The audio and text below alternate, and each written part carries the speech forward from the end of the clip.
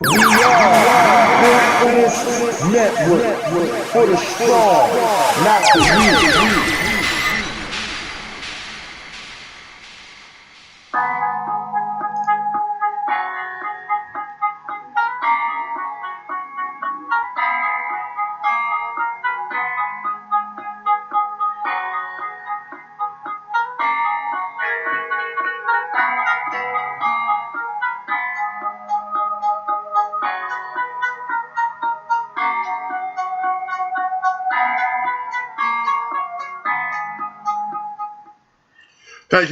Thank you. I apologize. This is your man HRap coming at you live and direct.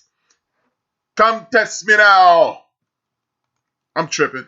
But I want to thank you guys for tuning in. I apologize. And I'm late. This is the End of the Bench podcast hosted by yours truly. We are on Built for This Network. We are the End of the Bench podcast, Build and Destroy. Build and destroy. Now, what I want to do is tell you, thank you for allowing me to be late. I am running late. This is the dopest podcast that you will find on the internet.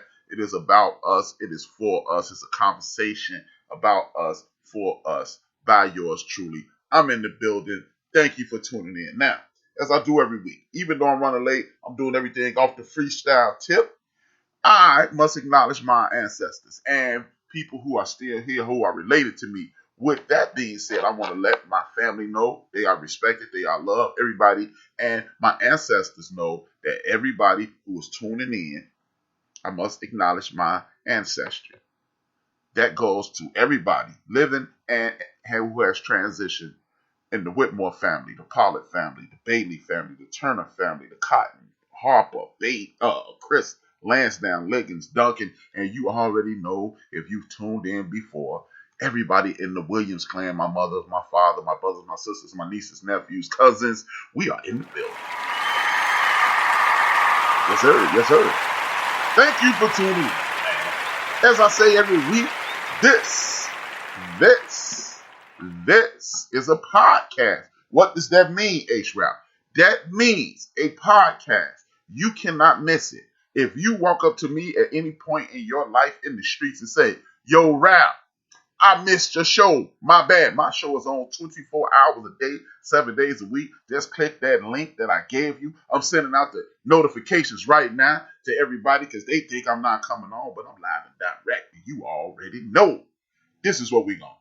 The show is about to begin, and it's a lot of turmoil. We're going to talk about the foolishness and the madness that's going on in D.C. We're going to talk about the community. We're going to talk about the voting. We're going to talk about discrimination. We're going to talk about the hate. We're going to talk about everything that has something to do with the diaspora, because I'm here for that, man. That's why I'm here.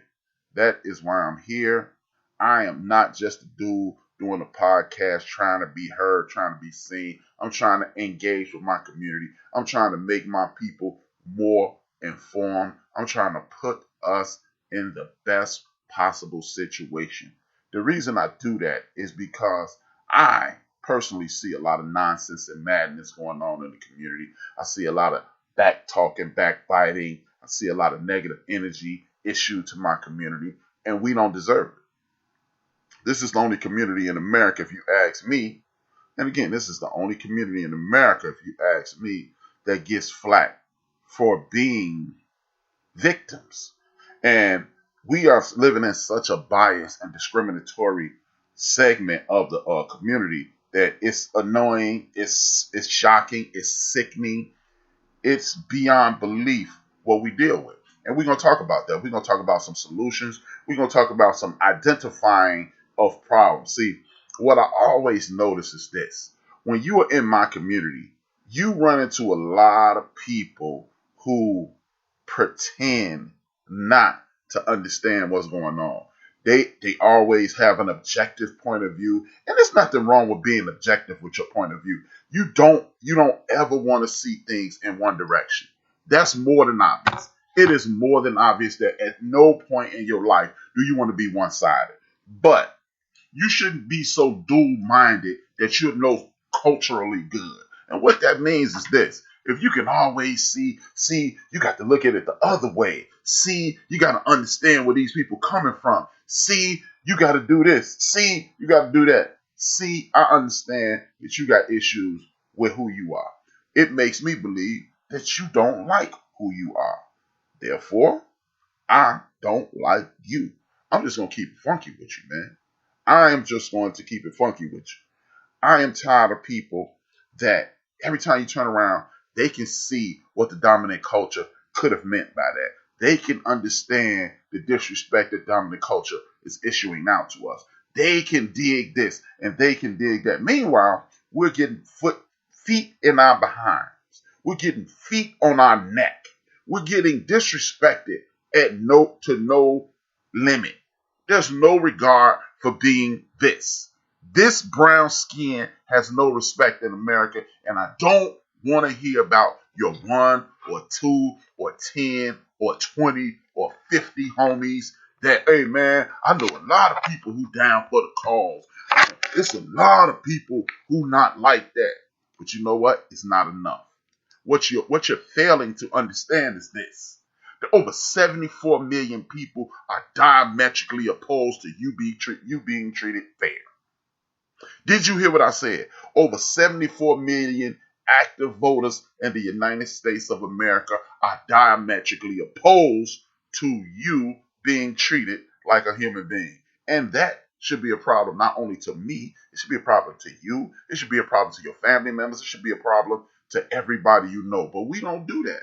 As a group, we continue to be splintered. And I don't like that.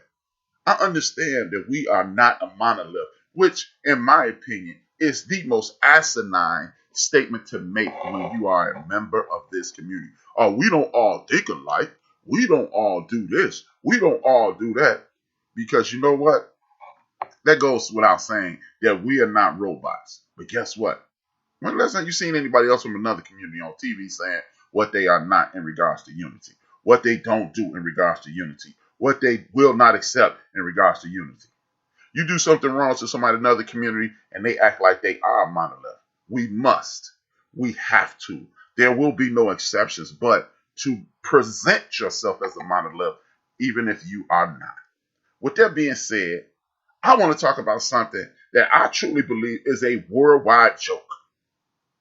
This is a honest to God joke, if you ask me. The honest to God joke to me is the fact that we're in the media, we're in the media, we're yelling at politicians. There are podcasters, much like myself, that are arguing and saying they need to raise the minimum wage. I've talked about this before, and I'm talking about it now. It is the most disrespectful thing in the history of the world, if you ask me.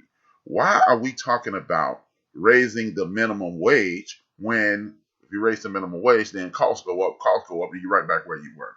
What you need to be doing is working on raising cultural awareness, raising healthcare. We need to be talking about reparations. And for the people who claim, oh man, they don't deserve reparations, that's crazy, da da da da da, to hell with them. I'm not debating with someone about becoming whole in a system in which everything you do at your house is because of me. I am not going to play the race card because I'm not playing the damn game. That's why I'm not going to play the race card, because the race card means nothing. What is the race card? What are we talking about when we talk about this proverbial race card? That means it's a game. That means we're playing. And I don't like that conversation. There are so many things. Like I said, reparations being the number one thing. Slavery was a long time ago. Well, what wasn't a long time ago? What's the fact that in 1989, Oliver North stood on television and said, with the help of George Bush and the CIA, they flooded our community with crack cocaine?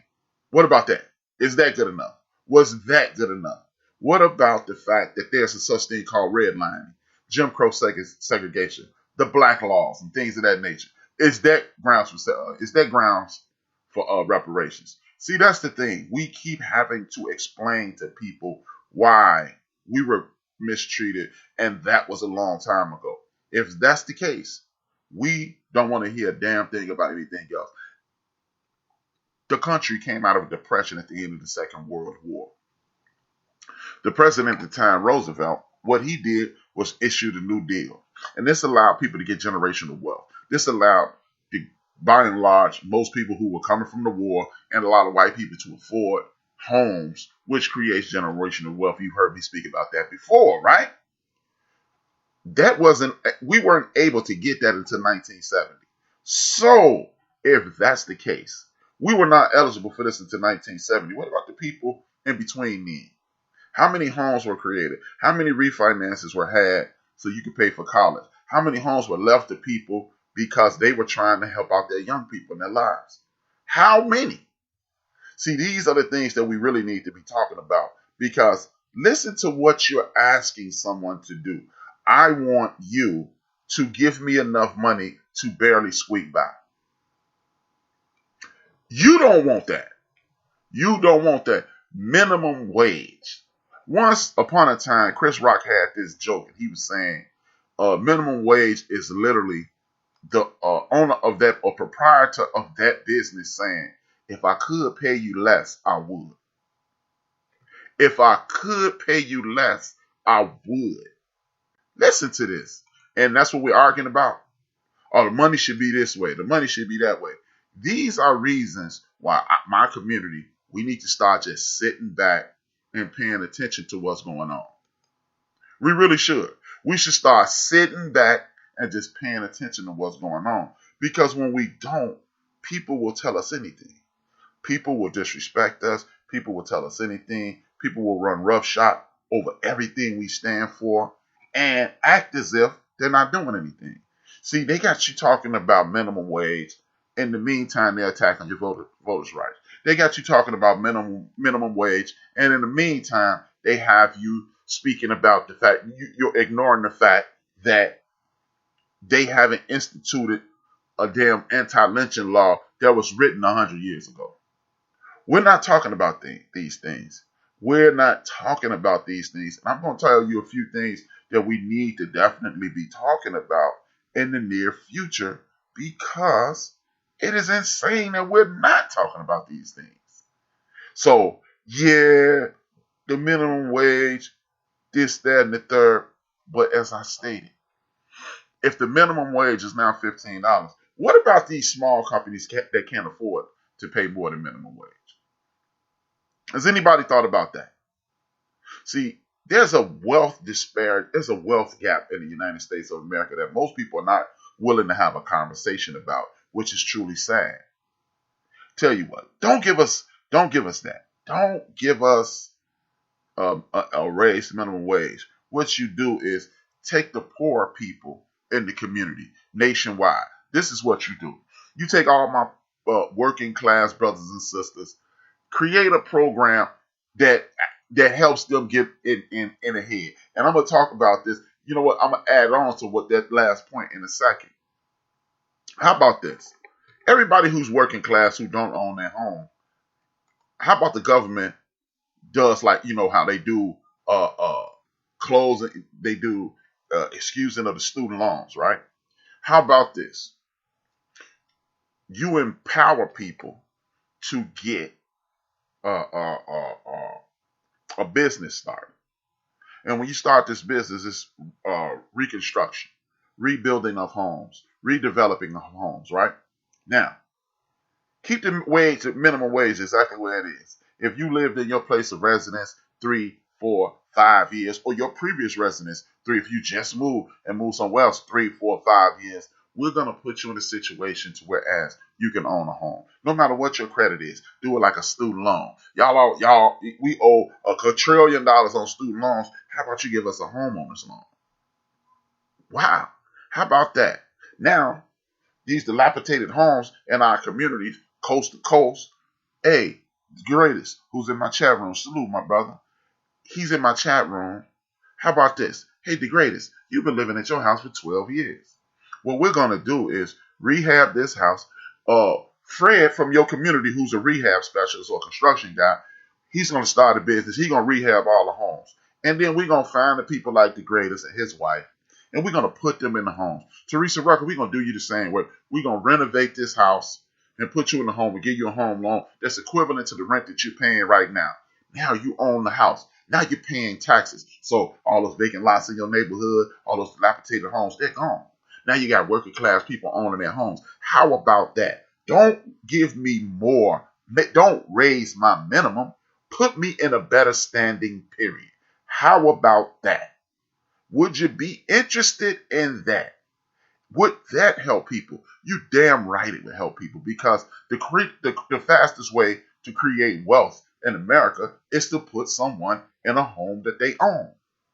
Right. Because then the greatest is cleaning up his house. Then Miss Rucker is cleaning up her house. Then Ben is cleaning up his house. Then Big Illinois is cleaning up his house. Guess what happens after that? The property value goes up. And when the property value goes up, when your kids and your grandkids, when they don't scholarship into schools, guess what happens? You can refinance your house and get your kids college paid for. Or better yet, since there's more taxes coming into that community because there's more people living in that community, guess what? The schools will be financed through that community's taxes. So when a school like I went to that didn't have a foreign language, there's a foreign language teacher. And the schools out here without music programs, they don't have that. These are the things that will help us get ahead instead of giving us a higher minimum. My floor is raised. Is that what you really want me to live by? You want to raise my floor instead of removing the ceiling? These are the things that we need to be talking about. Raising minimum wage. This is legitimately the dog chasing his tail. I'm going to say it again. This is the dog chasing his tail. If you really want to help people, if you really want people to be put in a better situation, you give them the ability to empower themselves. How do you empower yourself? With homeownership, with entrepreneurship, with taxes being raised, with better opportunities in the schools that are in their areas, putting you, your family, your friends, your cousins, your aunts, your uncles, your buddies in a better situation. I don't want to make the highest minimum. I want to be paid properly for the wage and the things that I'm doing at my current employer, putting myself in the best possible situation, making it so I can be as good as possible. Because guess what? If you're making $12 an hour and you're already paying this much rent, how about if you own that place? That $12 an hour is way better. But no, we're not doing that. We're not teaching people how to empower themselves in America. We're not teaching people that land ownership is the key to individual wealth. We're not teaching people that we continue to offer people Section 8. We continue to offer people welfare programs that they'll never be able to get out of. And then it's a generational situation like Bill Cosby disrespectfully spoke about. I don't have a problem with what Bill Cosby said. I have a problem with him saying it in front of the entire world. That's what my problem lies with Bill Cosby. But that's neither here nor there. We need to, we must, we have no other choice but to think outside the box. Because when people have you thinking about minimum wage, that's what they don't have you thinking about. They don't have you thinking about the fact that 43 states in the United States of America are attacking your Voting Rights Act. We're not thinking about being on the call with the Five Calls app, getting your state representative, getting your state senator, U.S. senator on the phone, and letting you know that you're under attack. See, they slid it by to see how good it would go in Georgia, but there are 43 other of the 50 states. Next to up is Arizona and Philadelphia. See, because they think those were the stronghold of the Republican Party. I don't give a damn about any of those parties. So please don't confuse it, because I know some people in the back. See, none of them do us right. I don't give a damn about either party. I give a damn about my damn people. See, you can argue about that other stuff on your time. I have no time for the nonsense. Please, thank you. Please excuse me. Keep it moving. Have a good day. But these are the things that we need to be focusing on. Our voting don't count. Hey, have you ever tried to take a sandwich from a homeless man?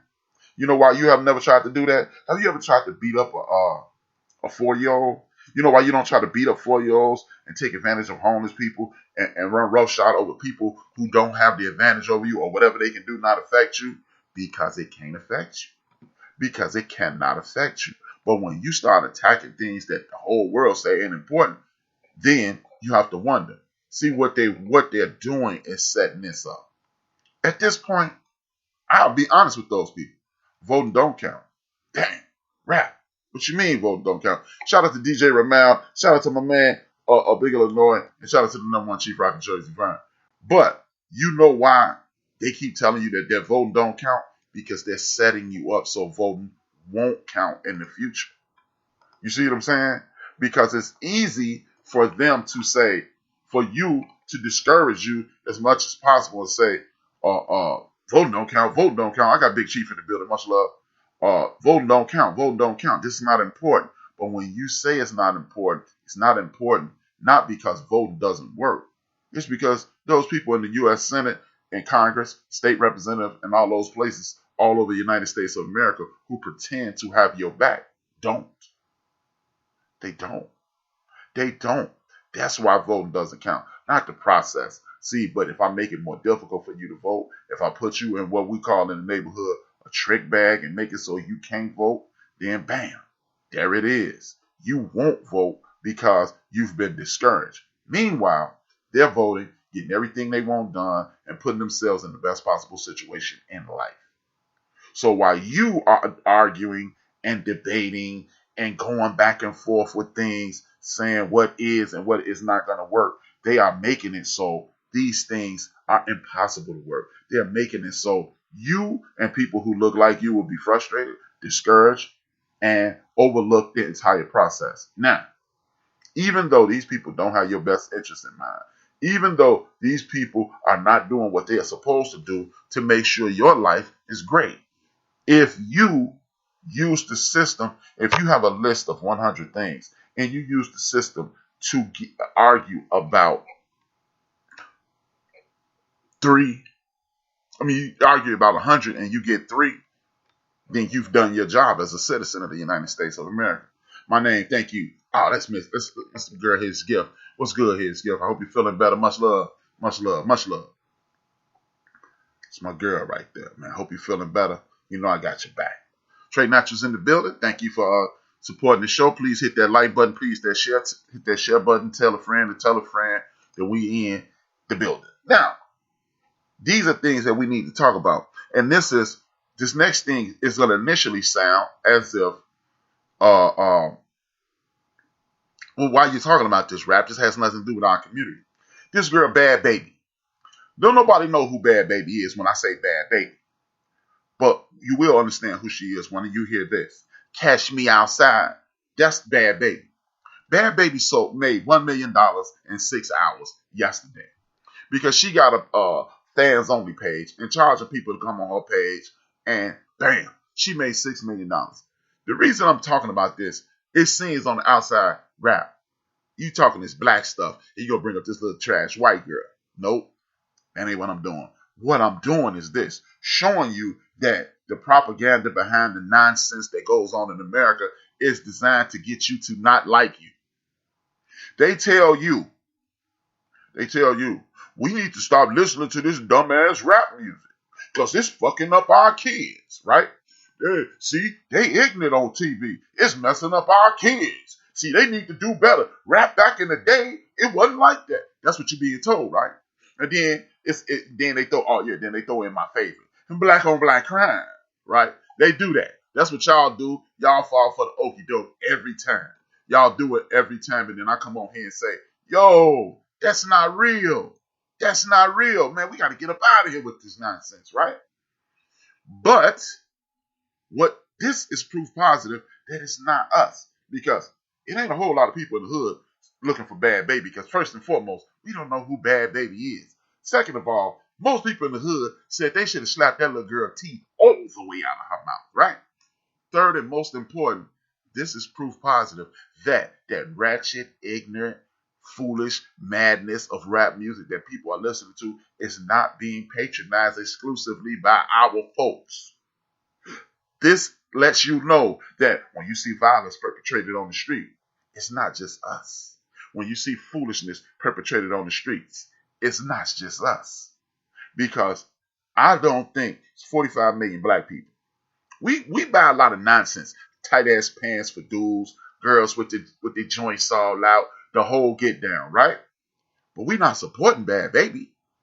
So who's supporting them? The same people that's buying that madness music. The same people that's keeping that music at the top of the charts. Not your nieces, nephews, sons, daughters, cousins, and neighbors.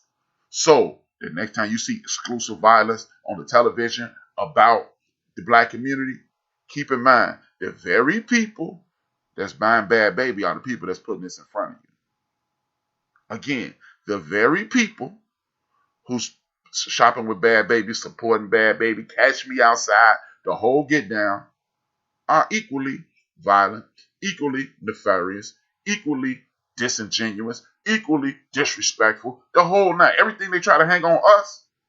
The fact that this girl made $1 million in 6 hours.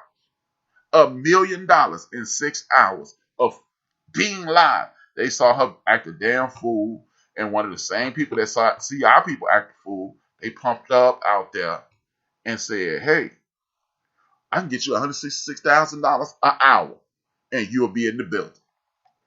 But who's talking about it? We're talking about Megan and Cardi and the Migos and any other mumble rap or the nonsense rap, the stuff that we allegedly hate, but we seen and understand it. But I ain't tripping. These are the things that I'm talking about. So stop allowing the powers that be to develop your mind. It's called television programming for a reason. They program you through the idiot box. They program your mind through the idiot box. So when they talk about black on black violence, see, we need, hey man, the police shot us, but when we gonna stop shooting each other? The same day everybody else on the earth is gonna stop shooting each other. Who's killing Asians? Who's killing Jews? Who's killing all forms of Europeans? Because we're busy killing us, right? We selling all the drugs, right? Even though the drug business is a multi-billion-dollar business. Number one problem in America today, for the last 5 years, human trafficking. You think the Crips, Bloods, GDs, and Vice Lords doing that? No. It's another crime organization out there doing it, but you never hear about it. You never hear about it, and you keep falling for the same nonsense. People, we're going to have to get a whole lot smarter, man. We're going to have to get a lot smarter because, I'll tell you what, just keep listening to me, man. I'm going to put you up on game, and then you put somebody else up on game, and you tell them to come in, you tell them to give a salute, just like I gave to my man DJ Mad Knox and his mom. We still praying, and I know my man doing a little better, but we still praying for you, my brother. There it is. Now, next up, the Capitol building. This is what people in mainstream media, and these are these racist white people who always talk about, see, black people are the problem, black people complain too much, y'all overreacting. It's not like that. You better shut your white mouth. I'm not kidding you. That's what I'm talking about. But here we go. The Capitol building was hit by one car, and for the last, 8 weeks now? It's been 8 weeks. For the last 8 weeks, you've heard just about every black person in the United States of America say, shit, if it was us who stormed the Capitol, they'd have killed us. One black dude in one car hit a barricade. He murdered. He killed a cop. Rest in peace, homie, or whatever your name is. And he got out of the car with a knife, with his hands up, and they shot him down. 2 questions. Why did I know that was a black dude, and why did I see his face yesterday? Well, actually, a few questions. Why do I know who that black dude is? I saw his face yesterday, right? Why do I know he's black? That's the first question. Second question, why don't I know what the dude who beat a cop to death in the same situation during a riot, storming the government, attempting to take over the United States government January 6th? Well, I don't know what that dude looked like. Interesting. We know exactly what the brother looked like, but we don't know what the other looked like. And y'all want us to be like, oh man, it's just the way it is, blah, blah, blah. Yeah, it's interesting that this white man who beat a cop to death, he literally took a flagpole and beat a police officer to death. Blue Lives Matter, remember? but I don't know who that white man is. I didn't see that white man's face. But this brother who ran over a barricade and killed a cop yesterday, we know exactly who he is. Now, call me crazy, but an entire police unit versus one dude with a knife, shouldn't he have been able to get tased and taken down? Oh, no, but see, he killed a cop, right? See, you tripping, Rap.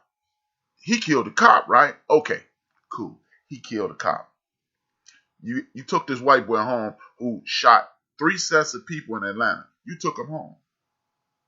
You took that white boy home, and I'm not saying their names because they ain't getting no love with me. We know who they are. The dude who, for those who think this was just an act of terror, please miss me with that nonsense. Because the first one, dude who attacked the Asian places, nobody's talking about the fact that those Asian places are being under investigation by the United States federal government for sex crimes. We ain't talking about that. We talking about, say, the Asians. We talking about the brothers need to stop beating on the Asians. And we get mad at other black people for not joining that fight. Think about it. The next thing, the dude who did it at the AME church, one of the oldest churches in America, a little history on that church. It was started by a brother by the name of Denmark Vesey, who created the largest enslaved African revolt against these people owners, these oppressors, these colonizers in the history of the United States of America. 3,600 people. Denmark Vesey started that church. Now, Denmark Vesey started that church, right? Damn. And guess what? Just so happened to be the day before old boy walked his ass in that church was the day before the anniversary of that. Oh, but he was just crazy, and he was just trying to start a race war. Things are calculated for a reason. Don't believe that people are just doing these things because they're crazy and they don't have nothing else to do and see, it's just coincidental, and he snapped. The largest slave revolt in the history of the country was the day after he shot up those people in the church. Well, you can't draw that line because why he didn't do it that day? Because Bible study wasn't on the anniversary. He wouldn't have been able to kill as many people. He walked into this church, pretended to like those people. That was a plan, and this is part of what I'm going to talk about a little later. This is why we must educate ourselves. This is why we must put ourselves in the best possible position. This is why we must know these things, because when you know these things, you empower yourself. When you empower yourself, you won't be cheated. When you won't be cheated, you will be in a better situation. With that being said, speaking of better situation, man, shout out to Major League Baseball for removing the All-Star game from Atlanta, Georgia. If you can hear or detect the sarcasm of my voice, that's exactly what it is. I don't give a damn about that Major League Baseball because guess what? Major League Baseball is probably the third, sometimes the fourth highest rated sporting event in the United States of America. Guess when they used to be number one? Between 1947 and about 2000, 99, 2000. Guess what was happening during that period? Oh, it was this guy by the name of Rod Carew. It was this guy by the name of Willie Mays. It was this guy by the name of Hank, late great our ancestor Hank Aaron. It was a guy by the name of Doc Ellis. It was a guy by the name of Roberto Clemente. It was a guy by the name of Joe Morgan who just recently transitioned. Do you see what I mean? There's this guy by the name of Bobby Bonds with his son Barry Bonds, the Lou brothers. Y'all understand where I'm going with this? When the brothers was there, they were doing better. So now they're trying to endear themselves. It's called pandering. When you pretend to give a damn about somebody in hopes that they'll reciprocate and say, shit, when I ain't had nothing, at Major League Baseball, they stepped up. And a lot of people are framing it that way. No, sorry, I'm not framing it that way. Because guess what? Major League Baseball, you still be in the Dominican Republic next month recruiting and scouting. And you'll still be in Central America recruiting and scouting and financing. You'll still be in Puerto Rico recruiting, scouting and financing and looking for the youngest, cheapest, blackest talent. So if you really gave a fuck about the voting rights, you'd have spoke up before it happened.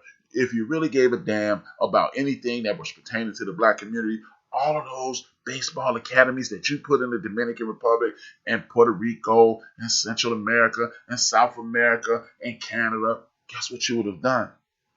You would have did the same thing here in Chicago, in Los Angeles, in Boston, New York, Georgia, Miami, Tampa, Dallas, Houston, Phoenix, all over the United States of America. And then it would be more people that look like me engaged. And then they'll be on TV. And then your fake gesture would have been considered an act of kindness. But that's neither here nor there. You can believe it. You can think I'm a conspiracy theorist if you like. But at the end of the day, me and you both know what time it is.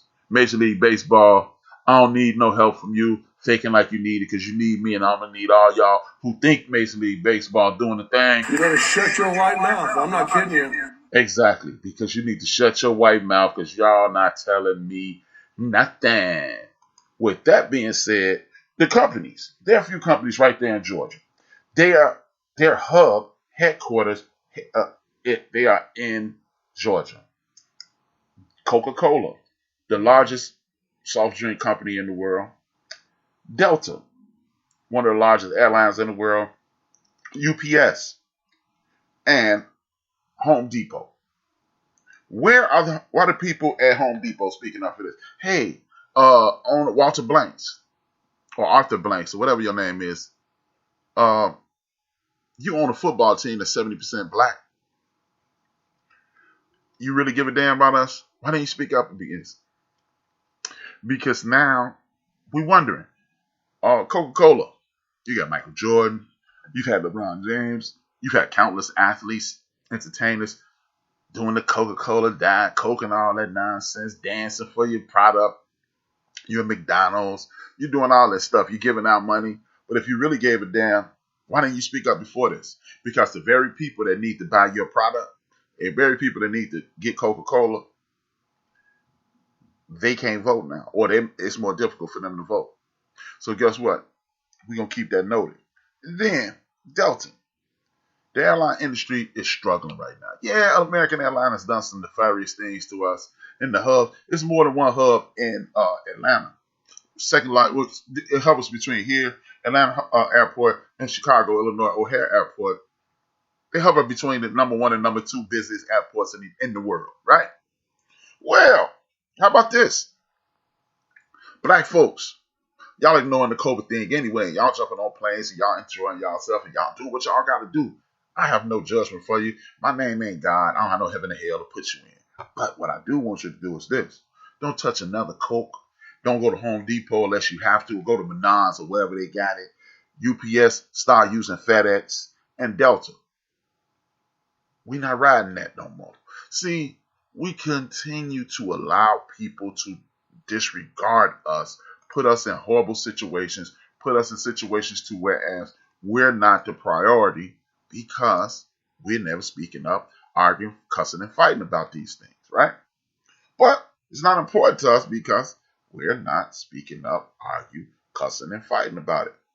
So when these people come along, I'm not telling you, if Coke offer your child a scholarship or something of that nature, take that money.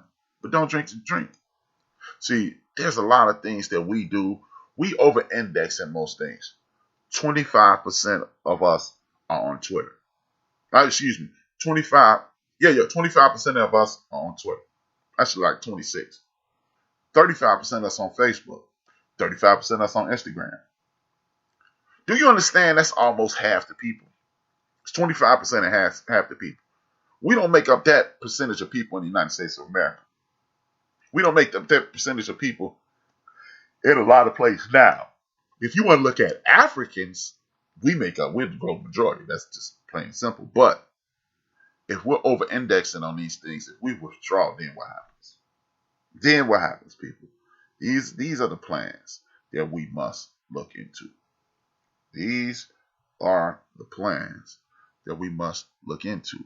Because if we're not willing to withdraw our support, if we're not willing to do what we're supposed to do in order to be the most productive community humanly possible, whose fault is it that we don't get support? Whose fault is it that our communities fall apart? It's our fault. I'm asking you people to participate. I'm asking you to do what you have to do to survive. And I'm asking you to do what you have to do to make sure we are on top at all times. Period. That's the end of it. With that being said, this is the most important. This is the second most important topic on the docket today. There's an infrastructure plan by Joe. It's a Save America plan. Joe is putting trillions of dollars into the United States of America to fix roads and a whole host of things. The people in Congress are fighting, the state representatives as well as state senators. They're fighting this tooth and nail. They don't want this plan to see the light of day. Again, this is a diversion to stop us thinking about reparations, and we know that. We understand what's going on. True indeed. But I want you to do this. This is when you download that 5 Apps app that I've asked you for months on end to download and find out just how this money will be distributed. The reason you're going to find out how this money will be distributed is because if they're going to do over 20,000 miles of roads in the United States of America, some of those contracts need to be given out to people that look like me and you. If they're going to do 170 million for education, we need to be on the phones with our state representatives, making sure our community gets some of that $170 million. See, when they're rolling out these fictitious plans that are going to help the black community, not a problem. But how is it going to help us? We need to be going on smallbusinessassociation.com, SBA, instead of SBA, and find out what kind of contracts will be available. So you can start a company in construction. You can start a company in education. You can start some of these companies so we won't be left behind. See, it's easy to say we're going to help out the black community. And see, this is what I was telling y'all about earlier. When we get if he gets this couple $1 trillion dispersed, right? Not a problem, Joe. They need bridges rebuilt. Need to be some black people know how to do rebuilding of the bridges. We need this. But this is what I'm saying in regards to the homes in your community. If they're going to do infrastructure, you need to have something to rehabilitate homes and put new windows in people's homes and reconstruct the dilapidated properties in your community and put people in those properties. Lend out some money to disenfranchised working class people so they can move into those places, rehab those places. And guess what? The companies that are going to rehab those places should look like me and you. The owner should look like me and you. See, it's easy to wheel out this plan and say what you're going to do for our community, but we must be engaged. How do you get engaged, though, Rap?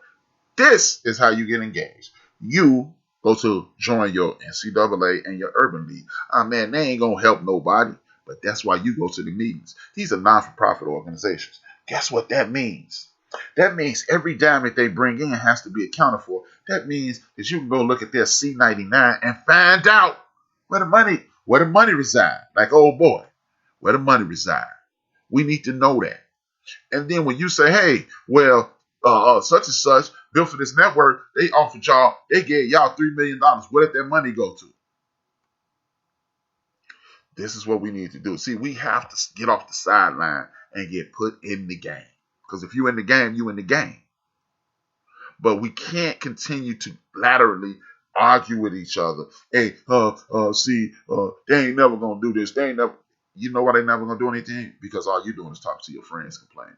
You go to the Urban League, you can take over the Urban League. You can take over your branch of the Urban League and find out what they're doing. You can take over your branch of the NAACP and find out what they're doing.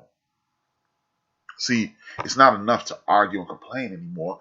It's enough to make sure we get taken care of. If you don't believe it, don't. Hey, man, I can't make you believe anything. But if you don't believe it, don't. But I'm here to tell you, if you don't be a part of an organization, don't complain about it. Don't complain about it. Oh, he ain't this and he ain't that. Don't complain about it. That's not what we're here for. We're here to get results. We're here to get answers. We're here to take action. And we're here to move forward. With that being said, here is your Black History topic of the week. I'll be back in about 6 minutes and we'll continue the show.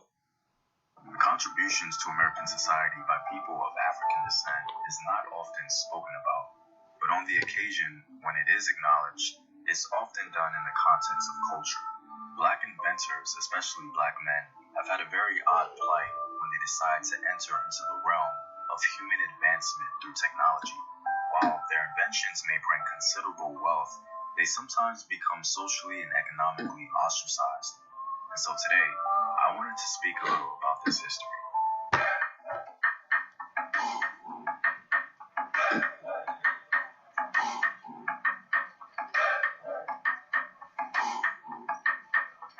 What up, African world? It's MC Mir, and welcome back to another video of African history, culture, and worldview. By supporting this channel on Patreon, you're helping in the creation of these videos and supporting this content.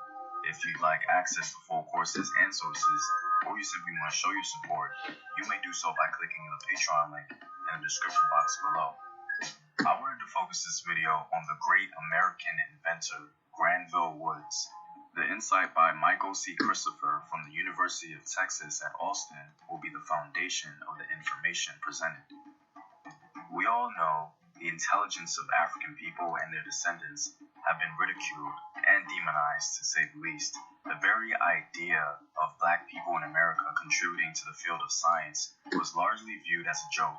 This adulterated perspective was strong in the 1800s, especially when black inventors began contributing to American civilization.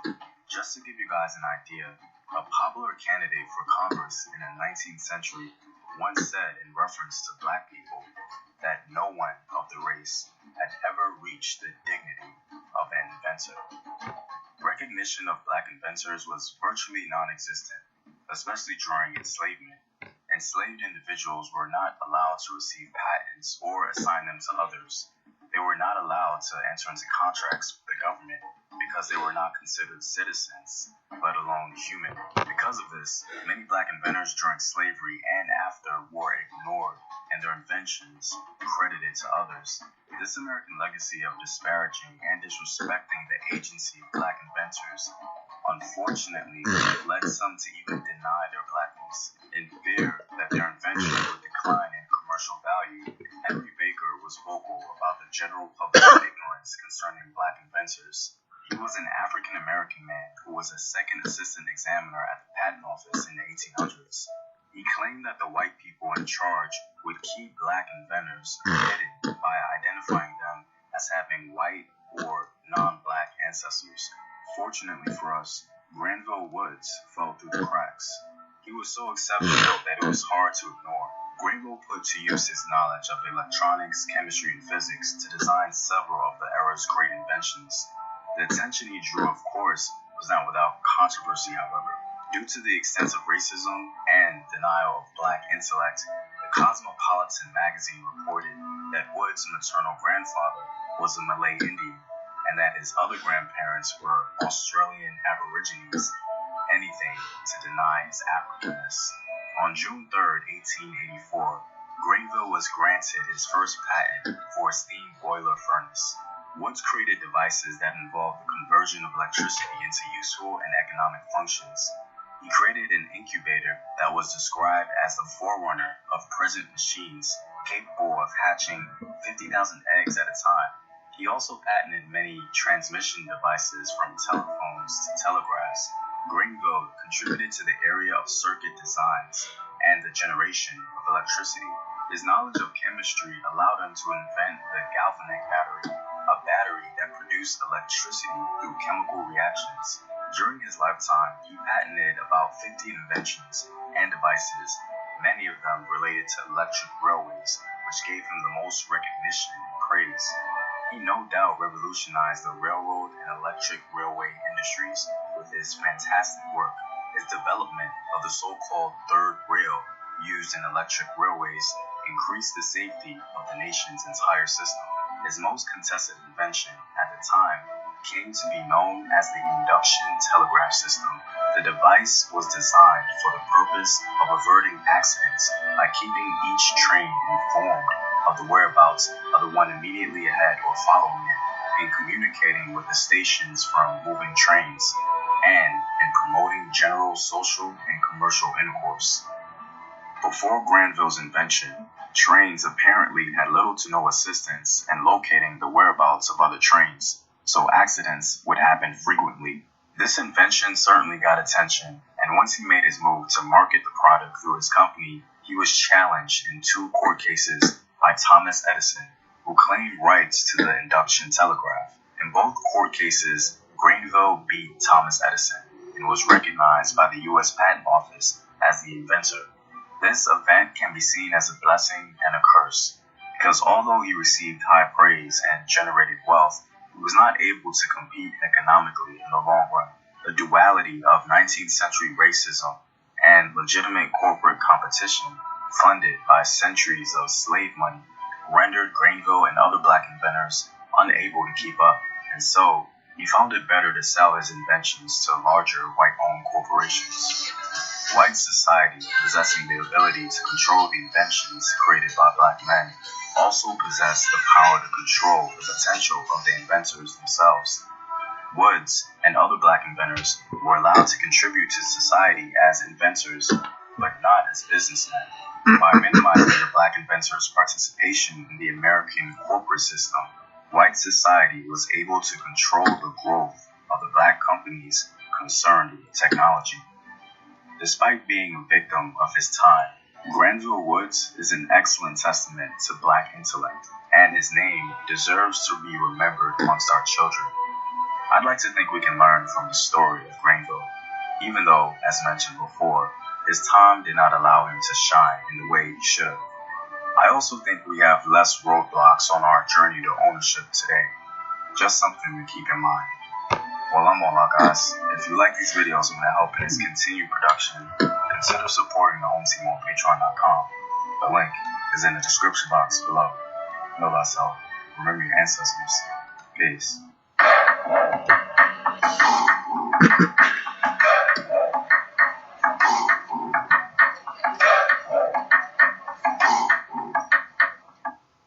This is your man HRap B coming back at you live and direct from Late Rent Live Music Studios. This is Built for This Network, and I am at the End of the Bench podcast, Build and Destroy, where we build our community, enhance the things about it, and destroy the lies of propaganda that are attached to us. Thank you for tuning in again. If you are watching, thank you very much. Please, if you're watching on Spreaker, I'm going to need you to hit the like button. Hit the like button and share. If you are watching on YouTube, do me and you a favor, subscribe to the YouTube channel. Then, what I want you to do is subscribe to the YouTube channel, go to that bell that's right next to it, set those alerts so when I come on, you'll know that I'm coming on, you won't miss anything, and always remember, this is a podcast in which you can watch 24 hours a day, 7 days a week. You can go to Spotify. You can go to Spreaker.com, YouTube, Apple Podcasts, Spotify, iHeartRadio, Google Podcasts, Castbox, Deezer, Podcast Addict, or wherever you download your podcast. Thank you for tuning in. It's me. I'm back. It's rap. I'm in the groove. Now, I'm finna take myself out of the groove because it's this point I am finna disrespect a black man. You will not see me do this often, but today I must disrespect this black man. He is a black man. No matter how hard he tries, no matter how hard he caters to the oppressors and bootlegs and attempts to be in mainstream media. This is the perfect example of a person who hates themselves. The reason I say he hates himself is because, one, Jason Whitlock does everything he can to speak a disparaging word about everybody in our community. Look, you've listened to the show. If you haven't listened to the show, you've heard me say dozens, if not hundreds of times, hey man, if you disagree, you disagree. That's your right. I don't give a damn if you disagree with me or not, but what we have to do is respect each other's opinion. With that being said, I'm about to sound like a hypocrite because what Jason Whitlock does, he goes out of his way to understand the oppression that goes on in the community. He talks about, if they talk about anything, he talks about drugs. And if they talk about this, he talks about black on black crime. Whatever he does, he offers up the white supremacist or the white nationalist point of view on whatever's going on. And it's disturbing. It's sickening. It brings about total discomfort and anger to my day each and every day, right?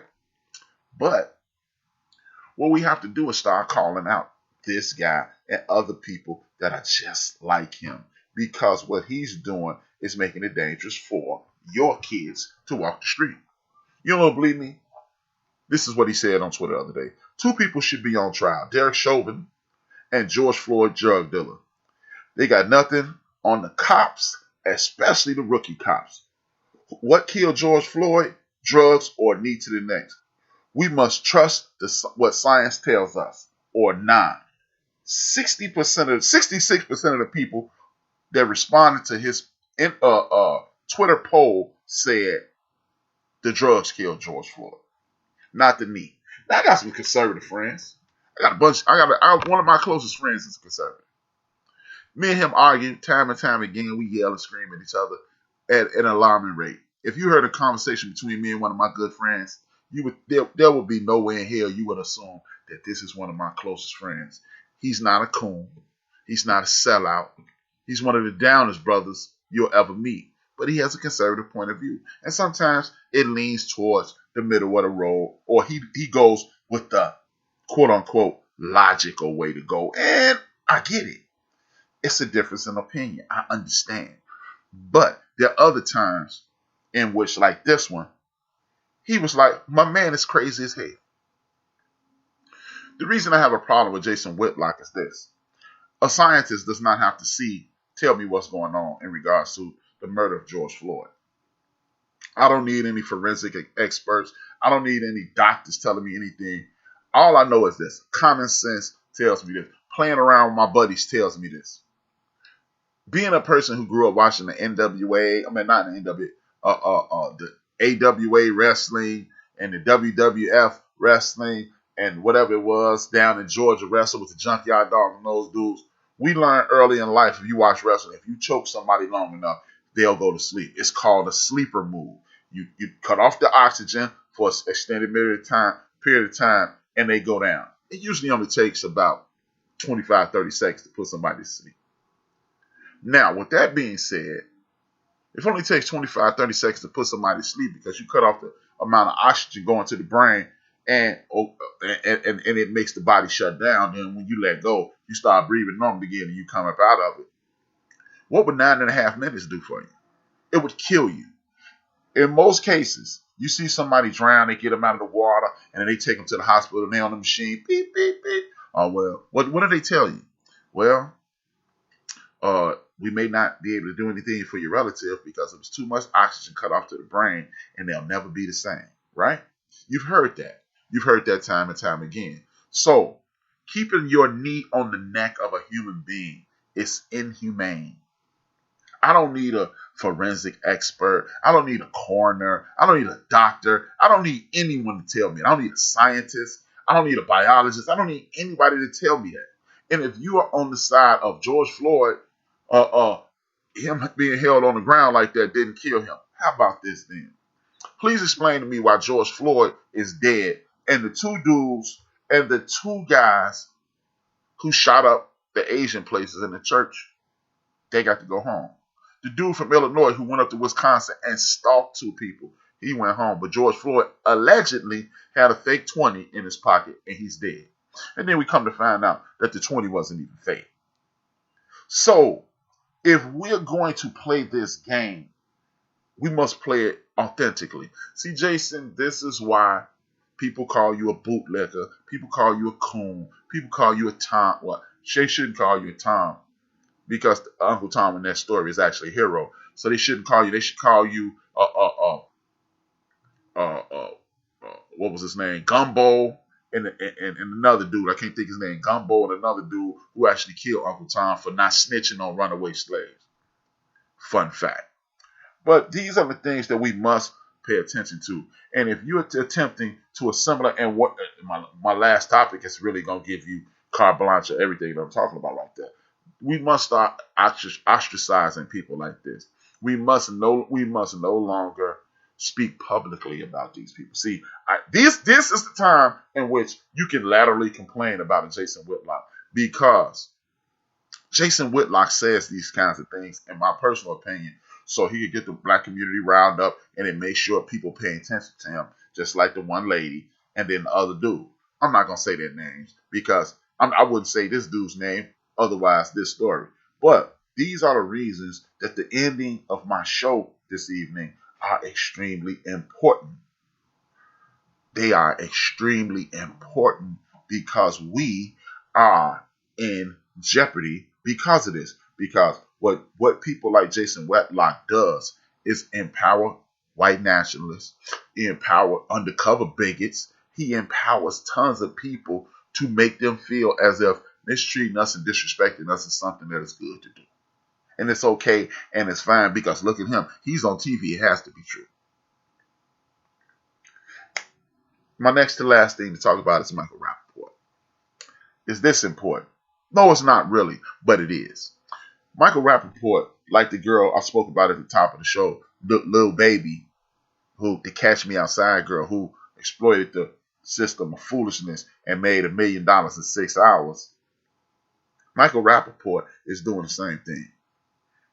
Now, as I was speaking to one of my good friends, my main man, Big Illinois, earlier, the Tribe Called Quest documentary was dope. That's cool.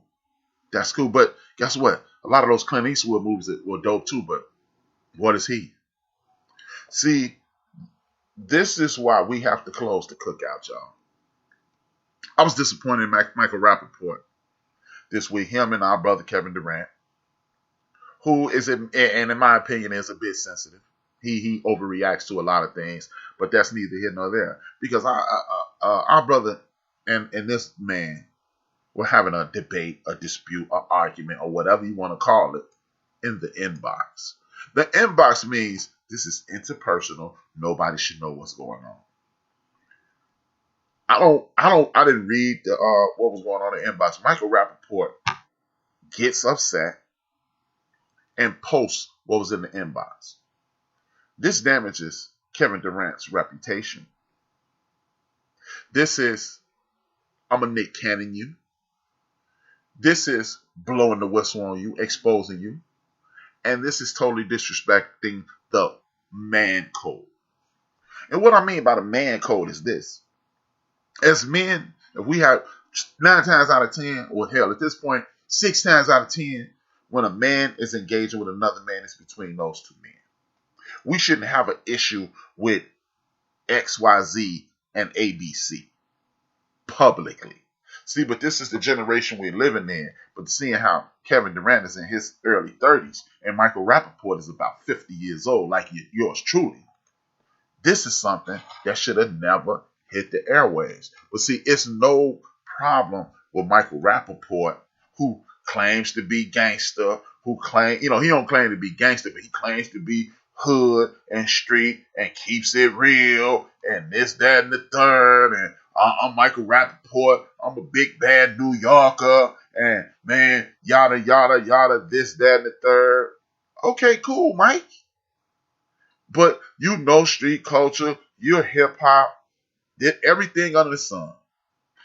Like I said, Michael Rappaport is 51 years old. So why did you bring the public into this, Mr. Rappaport?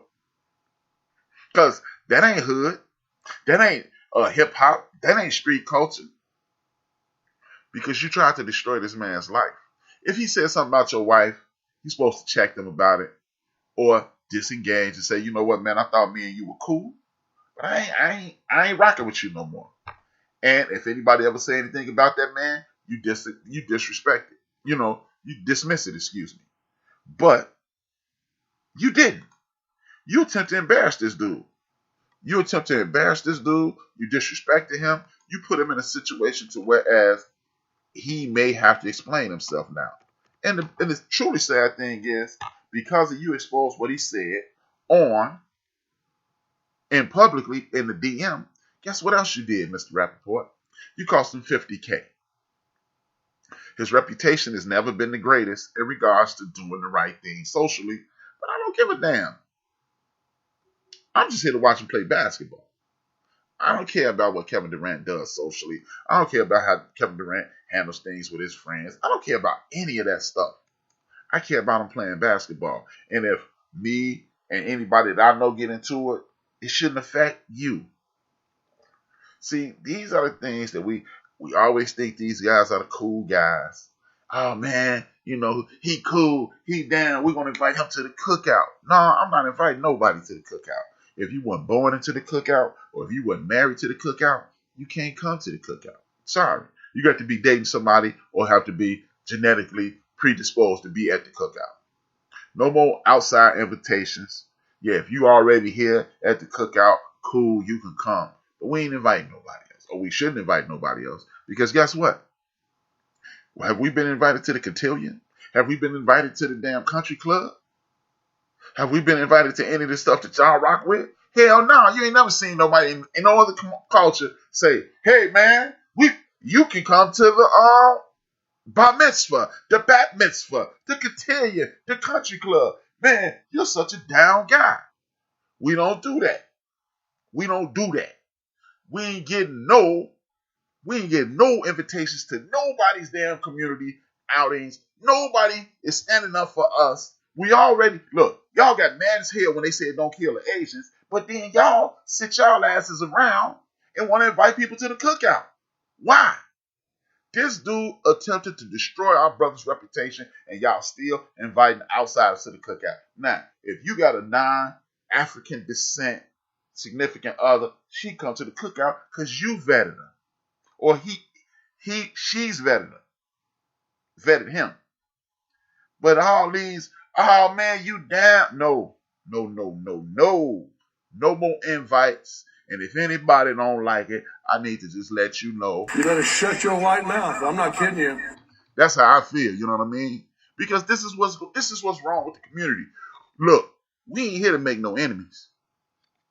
And as my man Mike Neal just said in the chat room, no new friends. And I know that's kind of contradicting what I said Tuesday, that we need to be friends with as many people that look like this. We don't have no time to make enemies with us. You can have disagreements. You can be offended. But we ain't making no more enemies, man. But y'all want to keep inviting these clowns to the cookout, and they get there and they steal stuff. Look, Granville Woods got beat out the walkie-talkie. Look, when you talk about the walkie-talkie, nobody talks about Granville Woods. If you want to talk about the cell phone, the cordless phone, the walkie-talkie, that's Granville Woods. If I invented the walkie-talkie, that goes right in line with the cell phone. That goes right in line with the cell phone and the cordless phone, or cordless phone, then cell phone. You don't get that because y'all invited somebody to the cookout because they seem cool, and guess what? You got rocked.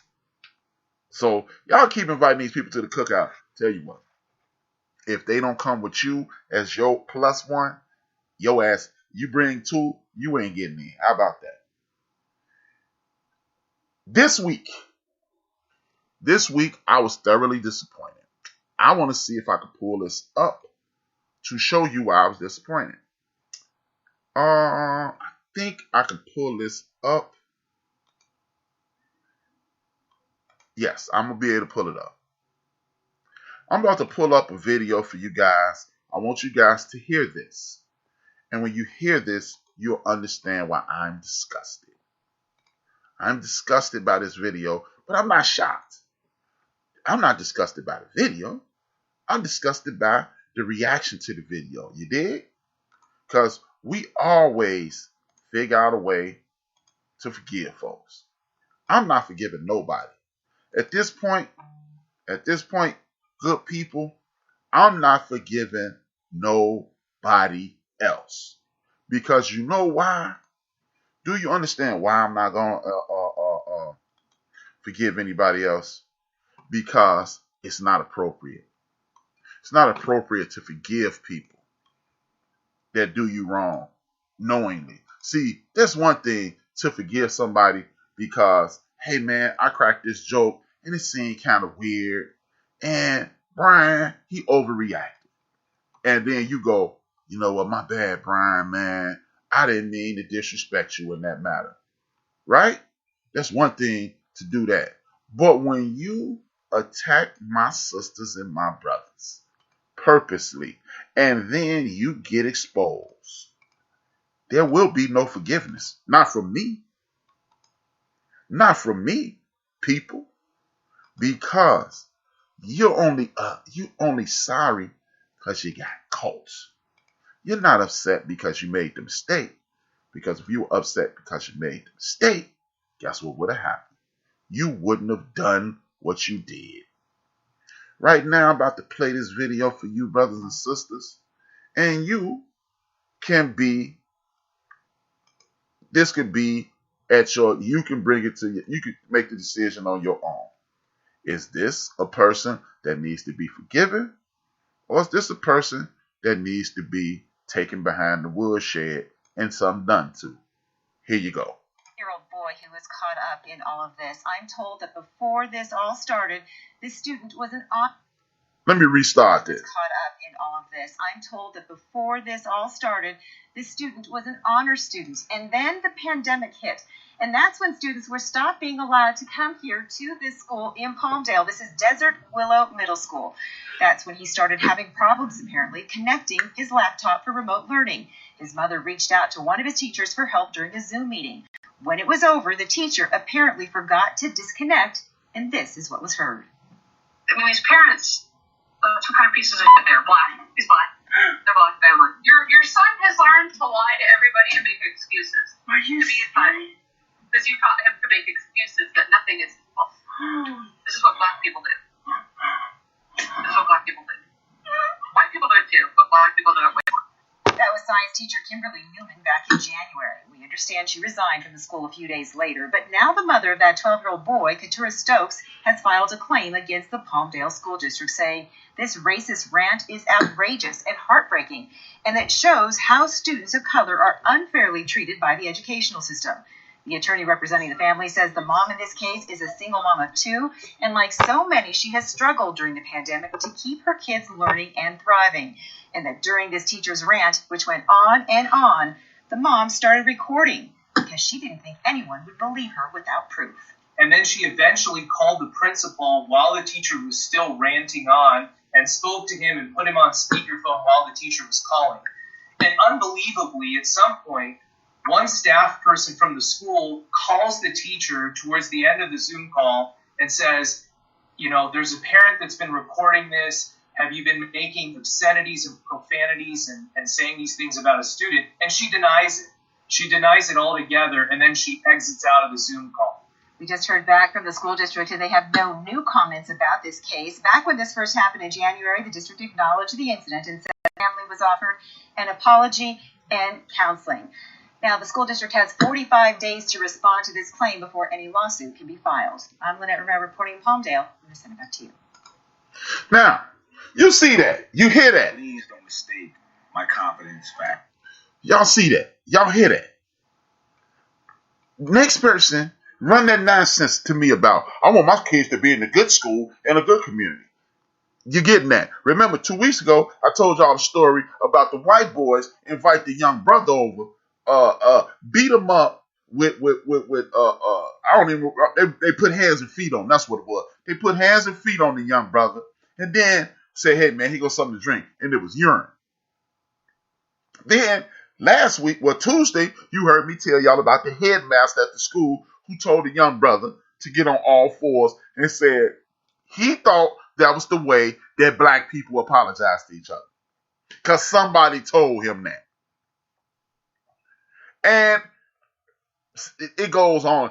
Before that, the white lady at the school who said the young brother who was 5 years old, they had him picking up feces out of toilet with his hand because he used too much toilet paper. See, go ahead. Hey, man, all y'all who I'm moving to the better neighborhood, see black people don't know how to act. Oh, but guess what? When you get to these other schools, they making your kid drink urine. They bullying your kid. They beating up your kid. They making your kid get down on all the floor and demoralizing them. They treating them like trash. But hey, the education is good. But guess what? You need to refinance your house because you're going to have to put your kid through therapy because he was in the better school. Oh, man, they act a fool in the black schools. Go, hey, I'm not here to convince you of nothing no more. Either you down or you ain't. Period. Y'all hear me every week. Do for self or suffer the consequences. This is why you need to stop moving your ass out of your neighborhood and move into a neighborhood that looks like us so we can get teachers that look like us that actually give a damn. Shout out to Miss Bush, Miss Brad, Miss Johnson, Miss Bullock, and Miss Adams from my elementary school on the west side of Chicago. Everybody, most of the teachers in there look just like this. Most of the teachers in there taught my sisters and my aunts and my uncles on both sides of my family. My dad's sisters and brothers, my mom's sisters and brothers, my mom. Hey, how about this? My aunt Harriet, shout out to Harriet Whitmore, was a teacher, and they all knew her. I go to a gifted program after 8th grade at Whitney Young High School and bump into this dude who swam by this lady, Miss Whitmore, who just happened to be my Aunt Harriet. This is why I say we need us educating us so we can get the best possible information and we can get the best possible education. The reason your kids are doing, look, how about this? There's a book out there. There's a book out there. It's a study. So let's move with the study first. The study is called Assimilation Integration Model. It is a study by Harvard University and by the University of Pittsburgh, because a lot of y'all don't believe it unless somebody white said it. So there go white people saying it. That's for y'all. Now you're comfortable. Go look it up. They said the kids, it's not coincidental that the kids that excel in school happen to have teachers that look like them, and the kids that don't excel in school happen to have white teachers who demoralize them and mistreat them, and they only learning about how George Washington, Christopher Columbus discovered some shit that was already being occupied by Africans. If you don't believe me, all you have to do is look up Dr. Henry Louis Gates on PBS. It's free. You don't even need cable. Dr. Henry Louis Gates, but episode when he had the homie, the rapper Black Thought from the city of Philadelphia, from the roots, and he tracked his ancestry back to the 1300s. Holy, Columbus didn't discover this until 1492. So how in the hell did Black Thought get tracked back to the 1300s in Virginia? Because it was Columbus can't discover something that was here. King Mansa Musa had a 70,000 troop come over here on a regular basis and trade what was at the time called maize. Now it's called corn. Why you thinking sweet potatoes over here? Because sweet potato is an African vegetable, and they traded sweet potatoes for corn, maize for sweet potatoes. So he couldn't have discovered it. Then you learn George Washington. Now, the Pilgrims, they became friends with the Indians, and then this is what we got Thanksgiving. No. Guess what happened to the Pilgrims? The Pilgrims started cannibalizing each other, and they had to get incarcerated. And then they started killing the people that they call Indians. Some of them were Africans, some of them were the people who were here already. That you call natives. Didn't know that in school, did you? Oh, then you got George Washington and the insurrection called the Revolutionary War, right? Oh, the only thing you hear about is Crispus Attucks. You don't hear about the brothers and sisters that was fighting on the British side. You don't hear about King George.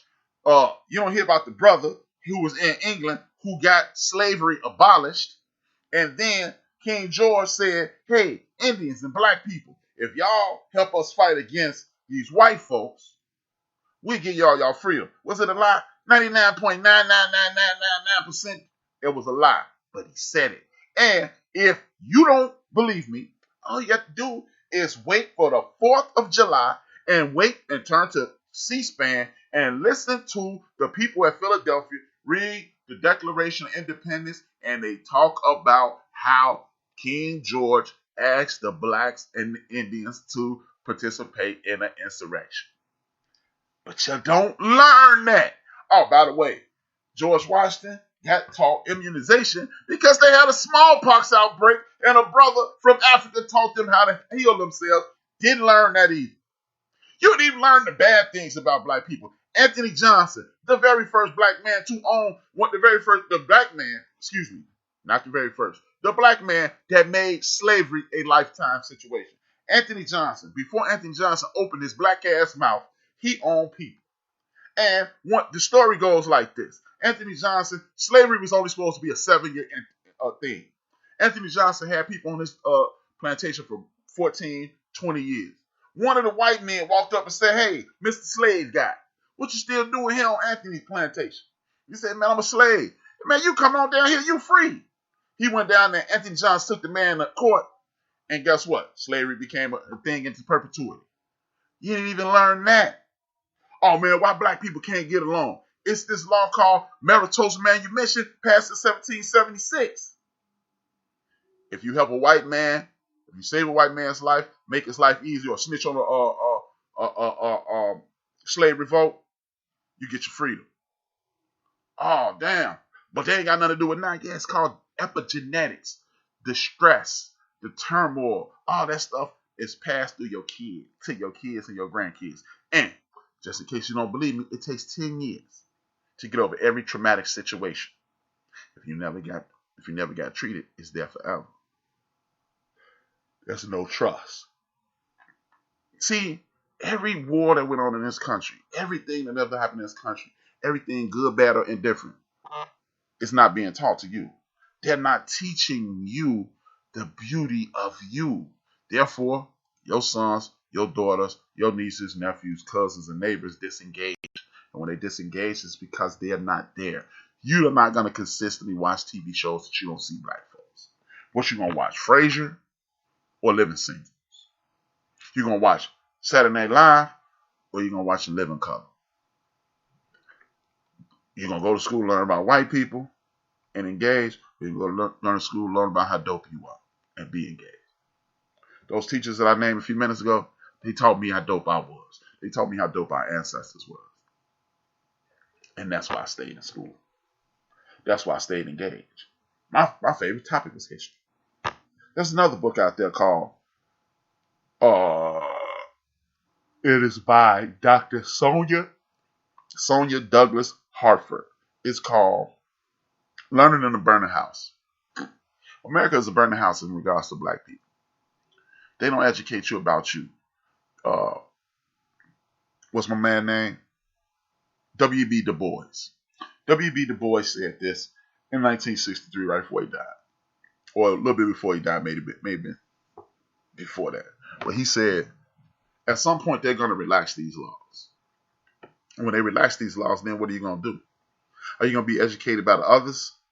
And then when you're educated by the others, you're going to find out you're going to be indoctrinated into imperialism. And you're not going to learn about yourself. And you're going to become a figment of your imagination. Your kids will drop out of school. Your kids are not going to want to go to school. And then what are you going to do? Is that not what's happening right now? Almost 60 years later, people. We must take control of our education process. We must do what we have to do. We must start moving around each other. When we move around each other, we create a community that's peaceful. So your daughter, your son, your niece, nephew, grandkids, kids, neighbors can go outside and jump rope again. Me and my homegirl, Tree was talking the other day. Think about this, y'all. If you were born from 1979 on back, you probably the last generation that could jump rope, double dutch, sing the little songs, play four corners in front of the crib, play baseball like me and pitch pennies and call it baseball like me and Big Illinois used to do. Stand outside and do nothing. Rock teacher and stuff like that. We the last generation that could do that. And like I told y'all Tuesday, we're the first generation that is totally liberated. Dr. King fought for the Civil Rights Act. The Black Panthers did this and everybody did that. But if you were born in 1970 to 1979, well, you know what? 1969 to 1979, you're the first generation that can really look out for your people. You're the first generation that has seen success. Now, our grandparents, they got mad stories. They got mad information that we need. But this generation right here, what is it, right after the baby boomers, Generation X, we the first generation that could see a Puffy Combs, a Russell Simmons, a Tyler Perry, a Berry Gordy, was some brothers out of Philadelphia. Philadelphia sound. Campbell and Guff. Campbell and whatever. Gamble and Huff. Dr. Dre.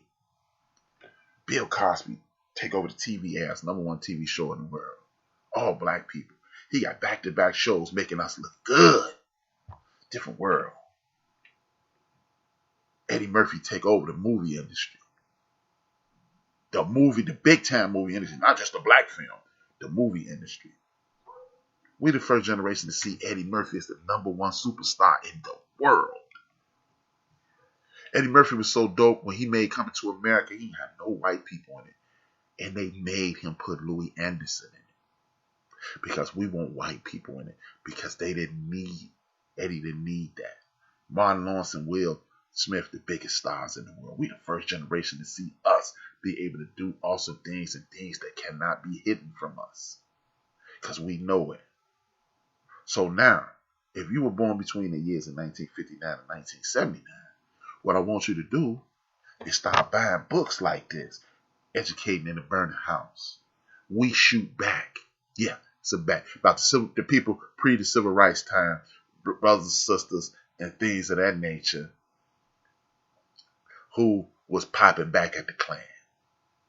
Find out who W.B. Du Bois is. Find out who Booker T. Washington is. Find out who Marcus Garvey is. Find out who Noble Drew Ali is. Find out who the Most Honorable Elijah Muhammad is. Find out who Malcolm X is. Find out who Whitney Young is. Find out who Andrew Young is. Find out who Fannie Lou Hamer is. Guess what? Dre 3000 ain't the first person to say I'm sick and tired of being sick and tired. Find out who Shirley Chisholm is. Find out who HRap Brown is. See, now it's time for us. Find out that it was a Black Expo in the 1840s. Talking about reparations. See, these are the things that you need to find out about. And when you find out about them, guess what happens? Oh, damn. They was doing that 100 years ago? I don't have to be a criminal? Well, teach me how. We got to start our kids at reading about us, studying about us. Oh, find out. So, I'm going to give y'all, before I leave, I'm going to give y'all something. So the next dumbass black person or white person or anybody from another culture say black Africans sold slaves into slavery. This is what you do. You quote the richest man in the history of the earth to this very day, King Mansa Musa. King Mansa Musa signed the edict. And I'm going to find a video to confirm this, y'all. I'm going to find a video to confirm what I'm saying. He signed the edict that clearly states, he clearly stated, I own your person. He's speaking to his slaves. I own your person, but not your purse. What that means is, if I was a slave to King Mansa Musa, I'm still HRap. I'm still getting it in. I'm still doing the end of the bench. But I got to do what King Mansa Musa say. My son don't have nothing to do with this. My daughter don't have nothing to do with this. My significant other, Michelle, ain't got nothing to do with this. Nobody. My sisters are not slaves. My brothers are not slaves. My kids are not slaves. Nobody has anything to do with it but me. That's African slavery. Here's another tidbit. For those who love the Bible and love the Lord, here's another one. Here's another one. Joseph was put into slavery by his brother. Y'all ready for that? His brothers was jealous of how much his father loved him. Right? Now, Joseph's brothers kidnapped Joseph, threw him in a pit, made him a slave. He went to jail, became a slave. Next thing you know, Joseph was the king. So, in African lore, there's two instances in African lore that a guy went from shit to sugar. I'm a slave, and when I die, I don't owe Mansa Musa nothing. My son don't either. I'm a slave, and I work my way up from slave to king. Now, here's another thing. The Ashanti tribe, one of the greatest warrior classes in the history of the African continent. Some fierce warriors. They took over this town of people who do tapestry. they became slaves. They could communicate, but they came up with a way to, I can't even find my shirt that I use, my dashiki I usually wear during the show. It's over there, but whatever. But y'all know what kente cloth looks like. These people made cloth, and they combined it with the Ashanti cloth. And they couldn't communicate, so it was kanti. And now we know it as kente cloth. Oh, wow, they have slaves, and then they create something that identifies your black ass. You are identified by that very cloth for the rest of the time we on earth. Therefore, if an African sold a person, for if I live in Ghana and I sell somebody from Sierra Leone, we look alike, but we not the same. Oh, well, I don't know what that means. That's some BS, HRap. So, to you, don't Brazilians and other South Americans look alike? Don't, in some cases, Mexicans and Puerto Ricans, don't they look alike? But they different, right? But they're Latino, right? But they're different. Cubans, don't they look like Puerto Ricans and like Mexicans? But they different, right? Just because you're in one country in Africa. So, do black people in Indiana and Illinois act the same? No, they're different. Why don't the people from Illinois get benefits from the Indiana people? Because they're different. So when I sold a Sierra Leone person to a white man, I just thought you were going to be just like Joseph, follow the rules of King Mansa Musa, and follow the rules of the Shanti tribe. And you weren't going to get beat down to nothing. So, when people tell you that dumb shit, and I said I wasn't going to try to cut down on the profane, but I had to. When they tell you that foolishness, that's what you live with. With that being said, man, I want to thank y'all for tuning in to Built for This Network. Please go to Spreaker.com, look up Built for This Network, hit like, share, tell a friend to tune in.